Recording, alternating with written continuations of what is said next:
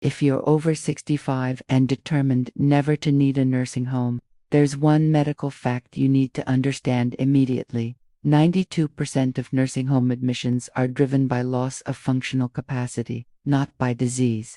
According to research published in the Journal of the American Geriatric Society, it's not cancer or heart disease that puts people in long-term care facilities. It's the inability to perform basic activities like getting dressed, bathing, using the toilet independently, or transferring from a bed to a chair. The remarkable finding is that functional capacity is largely modifiable through specific, scientifically validated interventions. In the next 10 minutes, I'm going to give you the complete anti-nursing home protocol based on the largest longevity studies ever conducted.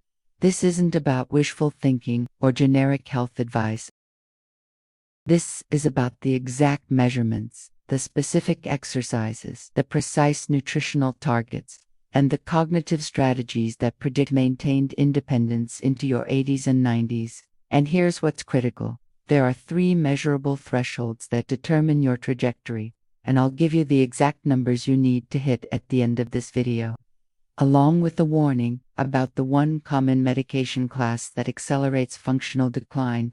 Let me start by defining what independence actually means in medical terms, because this clarity is essential. Geriatric researchers measure independence using something called activities of daily living, or ADLs. These include bathing, dressing, toileting, transferring, continence, and feeding. The ability to perform these tasks without assistance is the medical definition of independence. Research from the New England Journal of Medicine, tracking over 5,000 adults for 15 years, identified the exact predictors of maintained ADL independence. The findings were remarkably clear.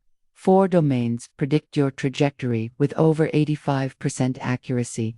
These are physical function, particularly lower body strength and balance, cognitive function, nutritional status, and social engagement.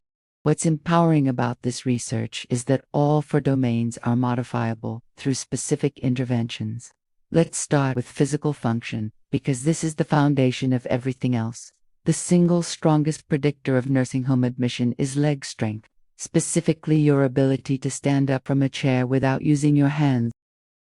This is called the chair stand test, and research published in the Journal of Gerontology demonstrates that adults who cannot perform 5 chair stands in 15 seconds have a 300% increased risk of nursing home placement within 5 years compared to those who can. But here's what most people don't realize. This isn't just about your legs. The chair stand requires integrated function of your quadriceps, glutes, core muscles, and balance systems. It's a comprehensive measure of your functional capacity.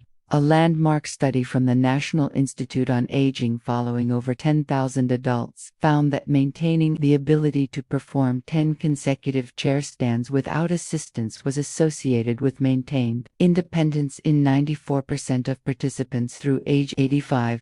Now you might be wondering what specific training protocol builds this capacity. The research from the American College of Sports Medicine provides explicit guidelines.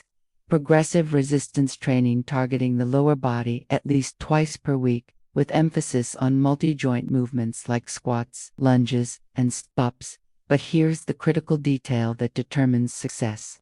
Intensity must reach a threshold where you're working at 7 to 8 out of 10 on perceived exertion. A study in Medicine and Science in Sports and Exercise found that older adults who trained at this intensity for 12 weeks improved their chair stand performance by 43%, while those training at lower intensity showed only 12% improvement. The difference between these outcomes is the difference between independence and dependence. But physical function isn't just about strength. Balance is equally critical. And this is where many active adults make a dangerous oversight. The Centers for Disease Control reports that falls are the leading cause of both fatal and non-fatal injuries among adults 65 and older, and 30% of people who fall suffer moderate to severe injuries that reduce mobility and independence. Research published in the British Journal of Sports Medicine demonstrates that balance training reduces fall risk by 37 to 45%, The most effective protocol includes three components: static balance exercises like single leg stands, dynamic balance exercises like tandem walking or Tai Chi, and reactive balance training that challenges your ability to recover from unexpected perturbations. Studies show that just 10 minutes of balance training 3 times per week produces measurable improvements within 4 weeks and sustained protection against falls when maintained long term. The second domain of independence is cognitive function, and here's where the data becomes deeply concerning for many older adults. Research from JAMA Neurology shows that cognitive decline, even mild cognitive impairment that doesn't meet criteria for dementia, significantly increases risk of losing independence. Adults with mild cognitive impairment are twice as likely to require assistance with ADLs within 3 years compared to cognitively healthy peers. But here's the empowering discovery: cognitive decline is not inevitable, and specific interventions have been proven to maintain and even improve cognitive function. The ACTIVE trial, published in the Journal of the American Medical Association, demonstrated that cognitive training interventions produced improvements that lasted for 10 years. The most effective interventions target executive function, which includes planning, problem-solving, and multitasking. These are the exact cognitive skills you need to manage your medications, handle your finances, and navigate healthcare decisions independently. The practical application involves what researchers call cognitive load exercises. These are activities that challenge your brain to process multiple streams of information simultaneously.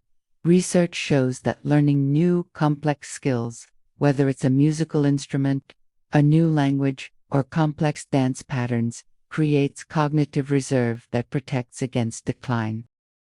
A study in the Journals of Gerontology found that older adults who engaged in novel, mentally challenging activities for 15 hours per week maintained cognitive function equivalent to people 10 to 15 years younger.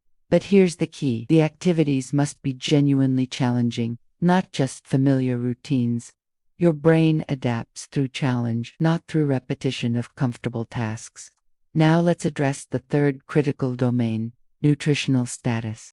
This is profoundly misunderstood, even by healthcare providers.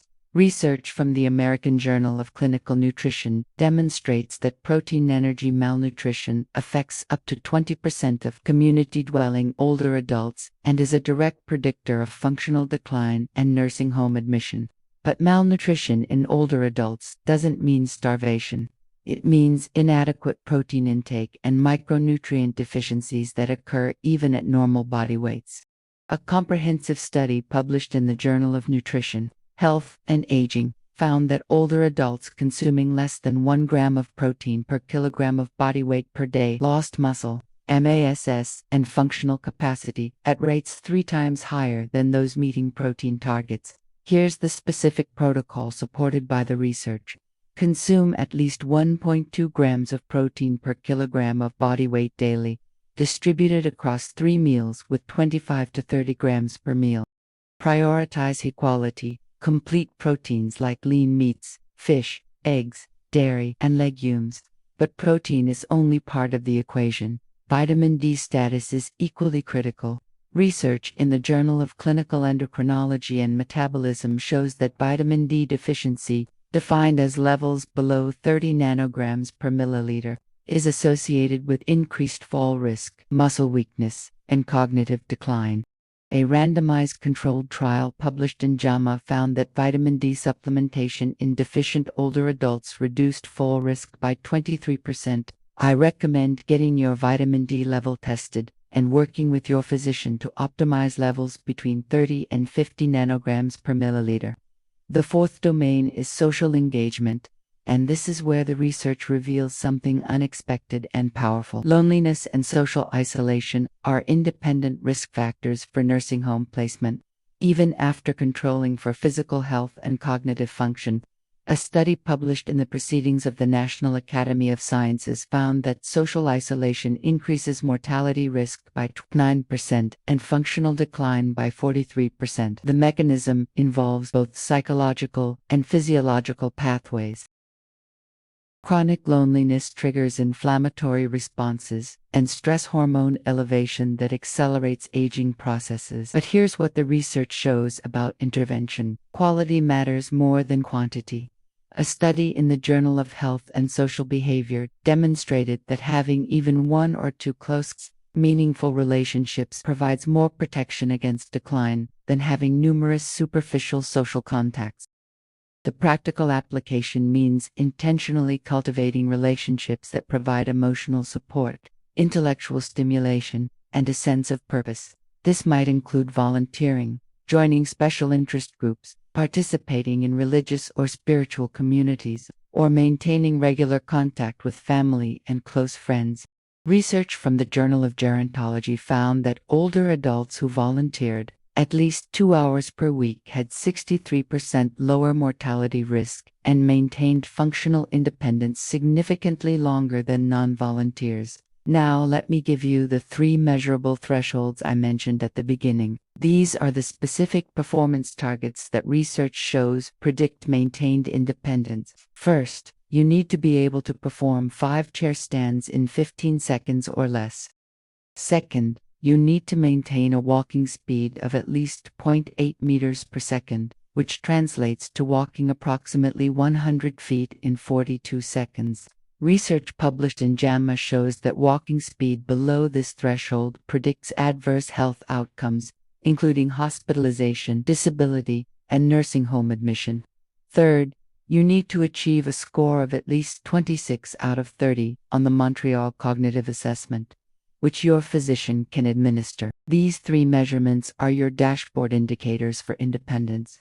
Here's the warning I promised about medications. Benzodiazepines, which include drugs like lorazepam, diazepam, and alprazolam commonly prescribed for anxiety and sleep, are associated with dramatically increased fall risk and cognitive decline.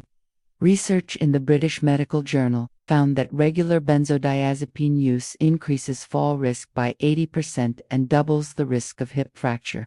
These medications also impair balance and reaction time. If you're currently taking benzodiazepines, discuss safer alternatives with your physician. Never stop these medications abruptly, but work with your doctor to develop a tapering plan. Here's your complete anti-nursing home protocol. Perform progressive resistance training with emphasis on lower body strength twice per week at an intensity of 7 to 8 out of 10. Add balance training for 10 minutes 3 times per week.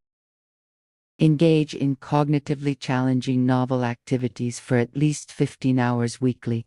Consume 1.2 grams of protein per kilogram body weight daily, with 25 to 30 grams at each meal. Optimize your vitamin D level to 30 to 50 nanograms per milliliter. Maintain at least 1 or 2 close, meaningful social relationships. Test your performance on the 3 threshold measurements every 6 months: chair stands, walking speed, and cognitive assessment. These interventions are not optional if independence is your goal. The research is conclusive. You have the power to determine your trajectory. The difference between people who maintain independence into their 90s and those who don't isn't luck or genetics. It's consistent application of these evidence-based interventions. Start today, not tomorrow. Your future independence depends on the actions you take right now. If this protocol resonates with you, subscribe to this channel for more science-backed strategies to extend your health span, and share this video with someone who values their autonomy and deserves to know this information. Your independence is worth protecting with every tool